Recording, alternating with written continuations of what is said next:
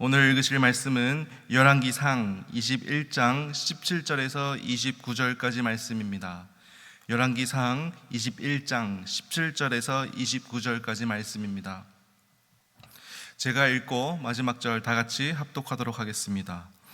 여호와의 말씀이 디셉 사람 엘리야에게 임하여 이르시되 너는 일어나 내려가서 사마리아에 있는 이스라엘의 아합 왕을 만나라. 그가 나봇의 포도원을 차지하러 그리로 내려갔나니 너는 그에게 말하여 이르기를 여호와의 말씀이 내가 죽이고 또 내가 빼앗았느냐고 하셨다 하고 또 그에게 이르기를 여호와의 말씀이 개들의 나봇의 피를 핥은 곳에서 개들이 내 피 곧 내 몸의 피도 핥으리라 하였다 하라. 아합이 엘리야에게 이르되 내 대적자여 내가 나를 찾았느냐? 대답하되 내가 찾았노라. 내가 내 자신을 팔아 여호와 보시기에 악을 행하였으므로 여호와의 말씀이 내가 재앙을 내게 내려 너를 쓸어버리되 내게 속한 남자는 이스라엘 가운데 매인자나 노인자를 다 멸할 것이요 또 내 집이 느밧의 아들 여로보암의 집처럼 되게 하고 아히야의 아들 바하사의 집처럼 되게 하리니 이는 내가 나를 노하게 하고 이스라엘이 범죄하게 한 까닭이니라 하셨고 이세벨에게 대하여도 여호와께서 말씀하여 이르시되 개들이 이스라엘 성읍 곁에서 이세벨을 먹을지라. 아합에게 속한 자로서 성읍에서 죽은 자는 개들이 먹고 들에서 죽은 자는 공중의 새가 먹으리라 하셨느니라 하니 예로부터 아합과 같이 그 자신을 팔아 여호와의 앞에서 악을 행한 자가 없음은 그를 그의 아내 이세벨이 충동하였음이라. 그가 여호와께서 이스라엘 자손 앞에서 쫓아내신 아모리 사람의 모든 행함같이 우상에게 복종하여 심히 가증하게 행하였더라. 아합이 이 모든 말씀을 들을 때에 그의 옷을 찢고 굵은 배로 몸을 동이고 금식하고 굵은 배에 누우며 또 풀이 주고 다니더라. 여호와의 말씀이 디셉 사람 엘리야에게 임하여 이르시되, 우리 마지막 절 다 같이 읽겠습니다. 아합이 내 앞에서 겸비함을 내가 보았느냐? 그가 내 앞에서 겸비함으로 내가 재앙을 저의 시대에 내리지 아니하고 그 아들의 시대에야 그의 집에 재앙을 내리리라 하셨더라. 아멘. 오늘 말씀은 여호와 하나님께서 선지자 엘리야를 통하여 북이스라엘의 왕 아합 왕에게 내린 심판의 메시지입니다. 이 하나님께서 아합 왕에게 내린 이 심판의 메시지, 그 이유를 오늘 본문 18절에서는 탐욕으로 아합 왕이 나봇의 포도원을 차지했기 때문에, 또 두 번째는 25절에서 그의 아내 이세벨이 그 죄를 충동했기 때문에, 그 세 번째는 26절에서 우상에게 복종하여 심히 가증하게 행하였기 때문이다 라고 성경은 말하고 있습니다. 그 심판의 내용을 보면 이렇습니다. 19절에 개들이 내 피 곧 내 몸의 피도 핥으리라 하였다 하라. 그러니까 아합 왕이 죽고 개들이 네 피, 내 몸의 피도 핥을 것이다 라고 이렇게 심판의 메시지를 하나님께서는 말씀하십니다. 그리고 21절을 보니까 여호와의 말씀이 내게 재앙을 내게 내려 너를 쓸어버리되 내게 속한 남자는 이스라엘 가운데 매인자나 노인자를 다 멸할 것이다 라고 하나님께서 심판의 메시지를 말씀하십니다. 그리고 22절을 통하여 느밧의 아들 여로보암 집처럼, 그리고 아히야의 아들 바하사의 집처럼 되게 하겠다. 이 여로보암과 바하사의 공통점이 뭐냐면 바로 부하에게 암살을 당해서 왕위에 쫓겨나게 된 왕입니다. 아합 왕도 그렇게 될 것이다 라고 심판의 메시지를 하나님께서 말씀하셨습니다. 그리고 또 이세벨, 악녀 이세벨, 아합 왕의 아내였던 이세벨에게 대해서도 개들이 이스라엘 성읍 곁에서 이세벨을 먹을 것이다, 이렇게 심판의 메시지를 하나님께서는 말씀해 주십니다. 이 네 가지 계속되는 심판의 내용을 통하여 하나님께서 매우 분노하셨다라는 사실을 우리는 오늘 본문을 통해서 알 수 있습니다.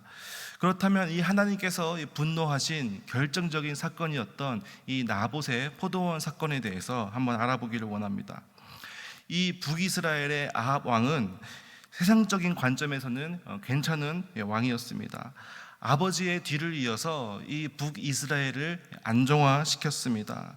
그리고 이때부터 사람들이 이 북이스라엘을 오므리의 집이라고 불렀습니다. 오므리는 바로 이 아합 왕의 아버지입니다. 그러니까 오므리 가족의 집이라고 불릴 만큼 이 아합 왕은 이 정치를 안정적으로 한 왕이었습니다.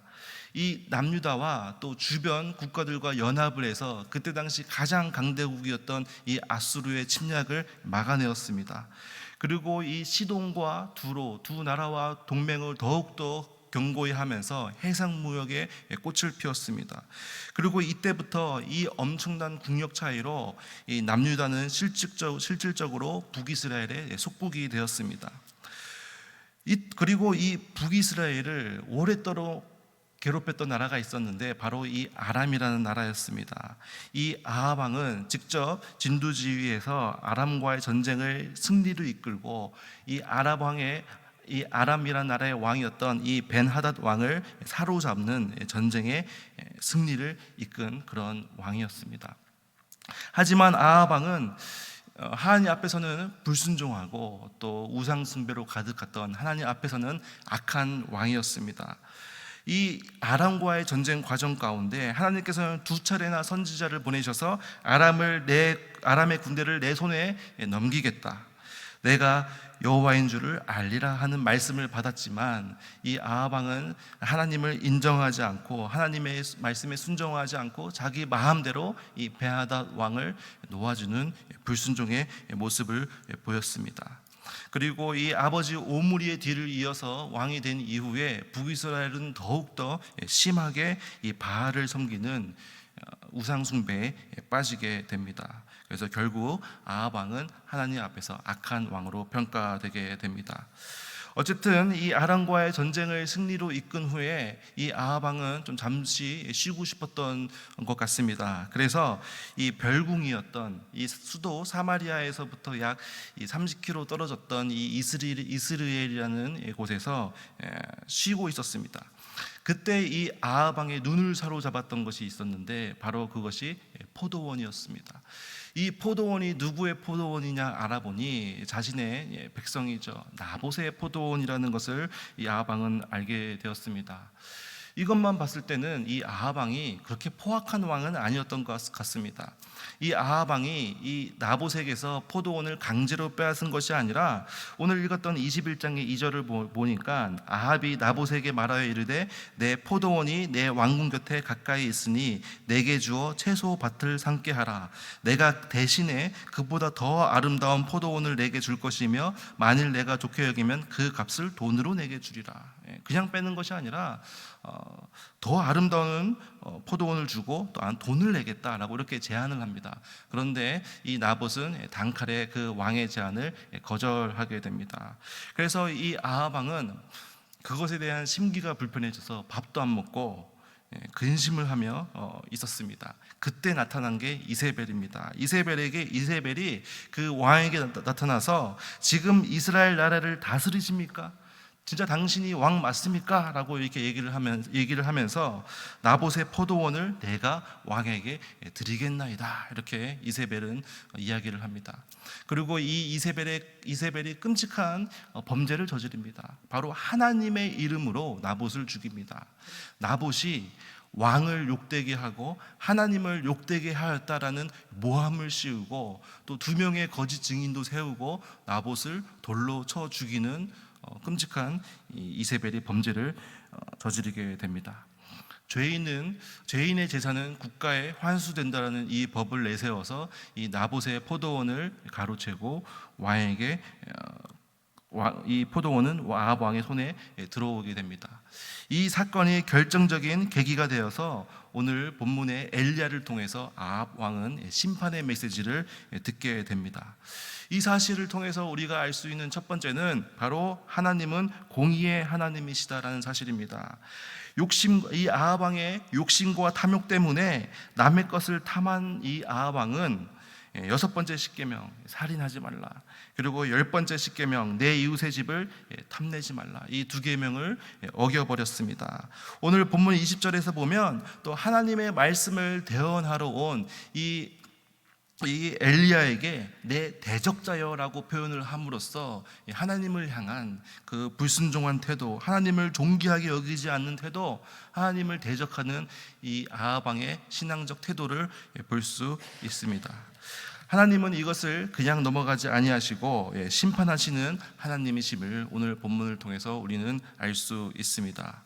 아합 왕의 죄를 보면서 나도 나의 탐욕과 나의 욕심과 탐욕으로 내가 사로잡혀서 살아가고 있지 않은가, 그것 때문에 내가 하나님 앞에 죄를 저지르게 되고 그 나의 욕심과 탐욕 때문에 내 주변 사람들이 힘들어하지 않은지, 다른 사람들에게 피해를 주면서 살아가고 있지 않은가 한번 되돌아보기를 원합니다. 그리고 내 주변의 이세벨과 같이 악을 부추기는, 악을 용납하는 상황과 환경을 제거하지 않고 유기하면서 살아가고 있지 않은가, 그리고 하나님보다 세상적인 것을 더 사랑하고 우상을 섬기며 살아가고 있지 않은가, 오늘 이 시간 돌아보며 나아가기를 원합니다. 하나님을 노하게 한 이 아합 왕의 세 가지 범죄는 바로 탐욕과 죄를 유기한 것과 바로 우상 숭배였습니다.